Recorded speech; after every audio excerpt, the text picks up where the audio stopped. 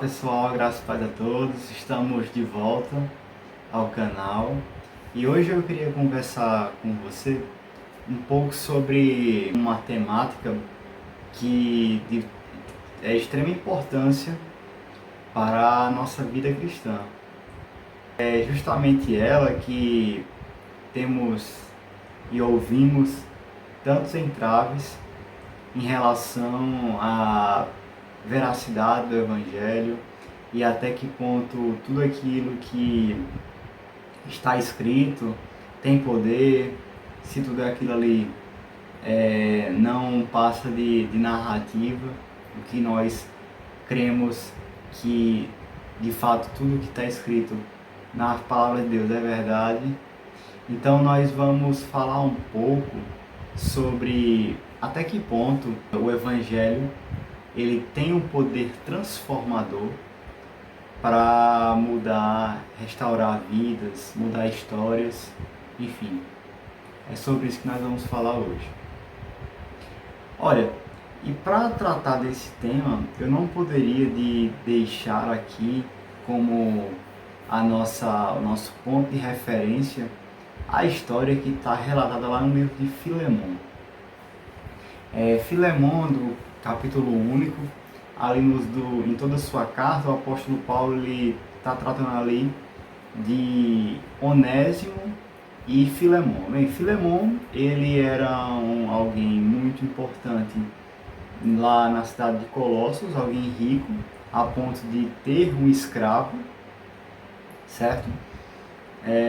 Obviamente, só quem tinha posses é quem podia ter um escravo, e ele o tinha. E Onésimo era esse escravo que por algum motivo foge do seu senhor e então vai a Roma, tenta uma nova vida, o que não é possível, afinal de contas ele é um escravo. Então logo provavelmente a sua história ela é sabida pelos romanos e o colocam na prisão. E na prisão, então, ele é posto na mesma prisão que Epáfras, que é o fundador da igreja de Colossos, e também com Paulo. Então, ali naquele contexto de prisão, Filemão conhece o Evangelho e é transformado. Ele se converte e agora a grande missão é pegar esse escravo e levá-lo de volta ao seu dono, Filemão. E aqui a gente consegue observar como que a palavra de Deus, o Evangelho, conforme está escrito lá em Romanos 1,16, é o poder de Deus para a transformação de todo aquele que crê em Cristo Jesus. Veja que não é tão simples, principalmente quando a gente pensa no mundo antigo, que um escravo deixasse de ser escravo. Era algo até mesmo impensado que, por exemplo, Filemão viesse a perdoar Onésimo. Afinal, escravos não tinham alma, segundo o pensamento daquela época. Então, o comum ali seria Filemão não recebê-lo, e não só isso, castigá-lo e até mesmo matá-lo, caso ele assim deliberasse. Afinal, os escravos eram totalmente submissos aos seus senhores, né? Até mesmo a sua vida dependia da boa vontade dos seus senhores. E obviamente, meus irmãos, a gente sabe que no Evangelho nós nem sempre, ou melhor, na maioria das vezes, nós não iremos tomar decisões baseadas no nosso próprio querer. Afinal de contas, se você é cristão, sabe muito bem que a sua vontade deve estar debaixo da vontade de Deus. Porque nós não vivemos mais por nós mesmos. Antes, quando éramos filhos no mundo, em nossos pecados, delitos, a gente tinha essa falsa sensação de que nós poderíamos fazer o que bem entender. E até o que eu escuto por aí, as pessoas falarem, não, mas me tornar cristão vai fazer com que eu não faça mais aquilo que eu bem entendo, é que eu tenha que obedecer a alguém, afinal de contas, pertencer ao corpo é pertencer a uma hierarquia, mas engana-se quem pensa que estar no mundo viver, é ter uma plena liberdade. Afinal de contas, a liberdade que esse mundo ele pode nos dar nada mais é do que escravidão. Afinal, uma vez que você não esteja exercendo aquilo que Deus quer, a vontade de Deus, você está fazendo tudo aquilo que a sua carne deseja, aquilo que o diabo deseja. E obviamente, apesar de não parecer algo danoso no presente momento, com certeza mais à frente todos esses conjuntos de ações vão gerar um fruto ruim. Afinal, o Senhor é bem claro quando o apóstolo Paulo fala lá em Romanos que o salário do pecado é a morte. E a morte não entenda apenas como a morte física, afinal todos nós iremos morrer, mas uma vida em pecado gera uma vida de condenação eterna, ou seja, uma vida que vai me levar para o lago de enxofre. E esse seria então o caminho natural de todos nós. Afinal, todos nós, conforme diz Romanos 3:23, pecamos e destituídos estamos da glória de Deus. E onde eu quero chegar com toda essa breve abordagem é o fato de que é impossível, meus irmãos, nós, por nós mesmos, nos achegarmos a Deus e mudarmos os nossos status perante Ele. Como assim? Olha, todo homem, todo ser humano foi colocado em uma posição de inimizade para com Deus. Então, tudo isso por causa do pecado. Então, a gente entende que é necessário que essa situação seja revertida. E, obviamente, quando nós nos deparamos com o Velho Testamento, o livro da lei, né, o Levítico, Deuteronômio, a gente percebe que para a expiação do pecado do povo, era muito comum que o sumo sacerdote entrasse e matasse o cordeiro e aquele sangue daquele cordeiro era jogado no local adequado. E da mesma forma ocorre com Cristo, sendo que Cristo, além de ser o sumo sacerdote que intercede, que faz a intercessão entre Deus e os homens, ele também é o cordeiro. Afinal, foi ele que foi morto pelos nossos pecados. Então, veja que a situação, voltando a Onésimo, ela é muito semelhante à nossa. E eu digo, a nossa era até pior, porque Onésimo era escravo enquanto vida. Enquanto, depois da sua morte, uma vez que houve a sua conversão, ele usufruiu então da vida eterna. Enquanto que nós, sem Cristo, além da escravidão do pecado em vida, também ocorrerá a escravidão da condenação eterna, meus irmãos. Então, conforme eu até concordo com Lutero quando ele fala que todos nós somos Onésimo. Afinal, todos nós tínhamos um destino bem traçado, bem determinado, e o final não era feliz. No entanto, alguém interviu ali e estendeu a sua mão e usou da sua grande misericórdia, que no caso foi nosso Senhor Jesus Cristo. Foi Ele que entrou que foi crucificado, mas veio à vida ao terceiro dia.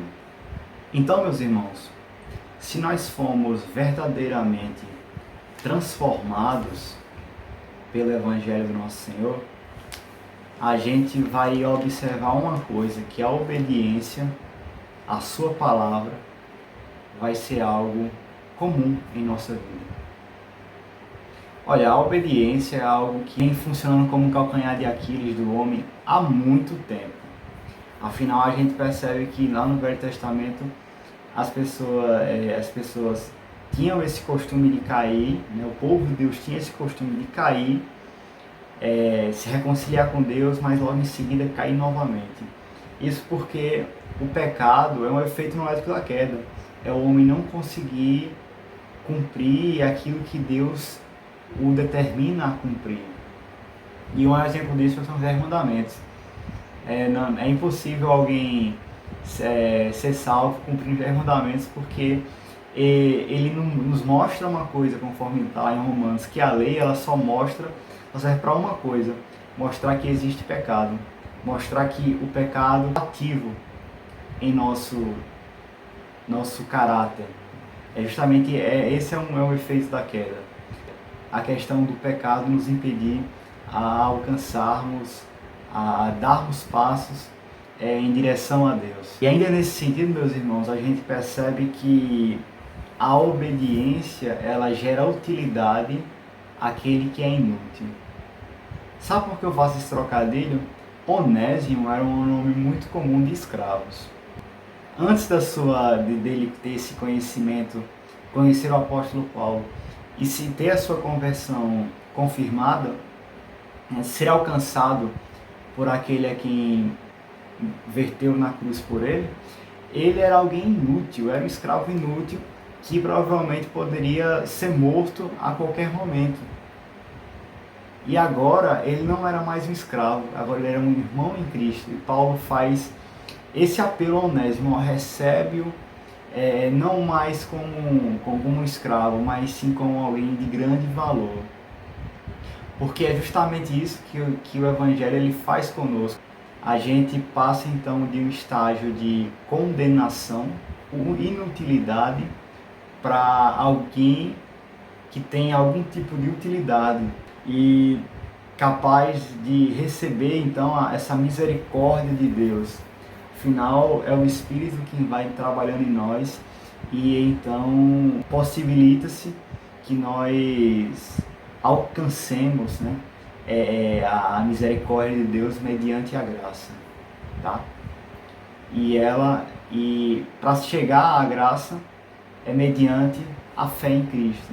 E a fé, ela nos é concebida, só temos fé porque o próprio Deus é quem a providencia em nosso coração. Então veja que até mesmo na inserção de utilidade do homem, todo o processo é feito pelo próprio Deus e mediante seus agentes. E então, na caminhada é que nós vamos nos aperfeiçoando e sendo moldados conforme a vontade do nosso Deus. E o Senhor é bem claro no Velho Testamento ao tratar com Saul, em que lá em 1 Samuel 15:22, Deus vai sugerir que prefere mais a obediência do que sacrifícios.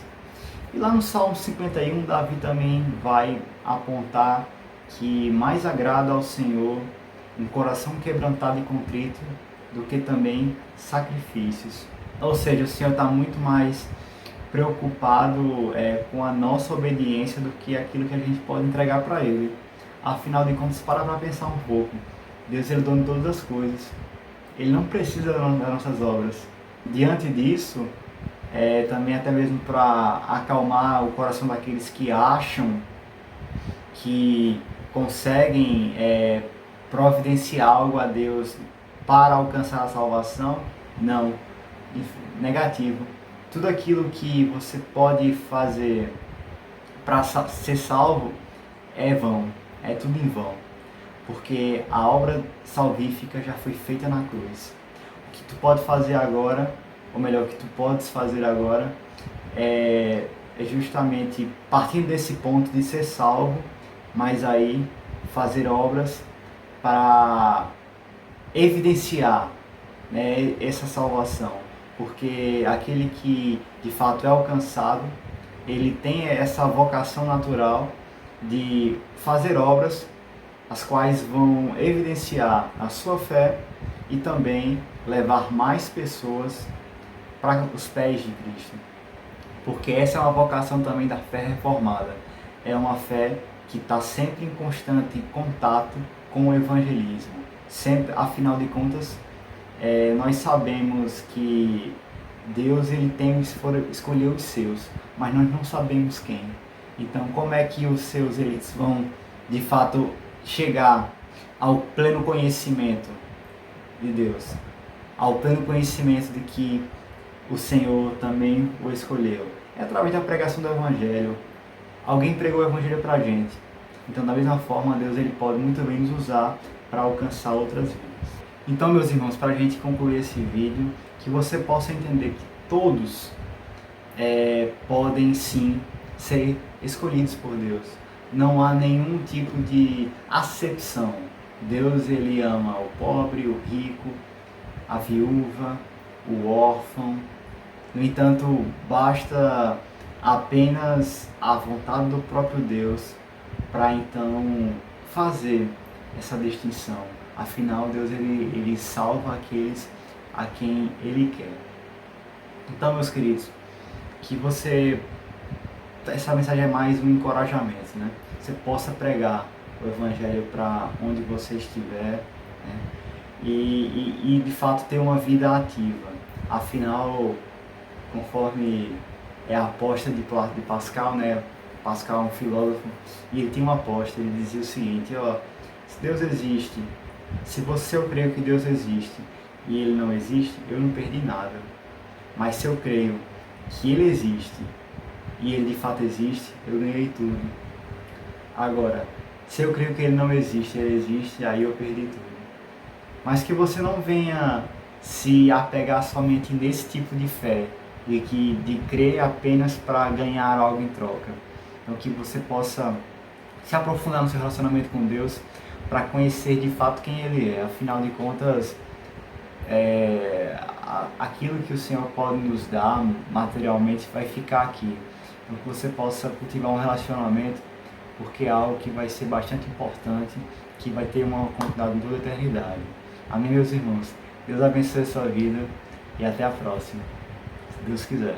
Tchau, tchau.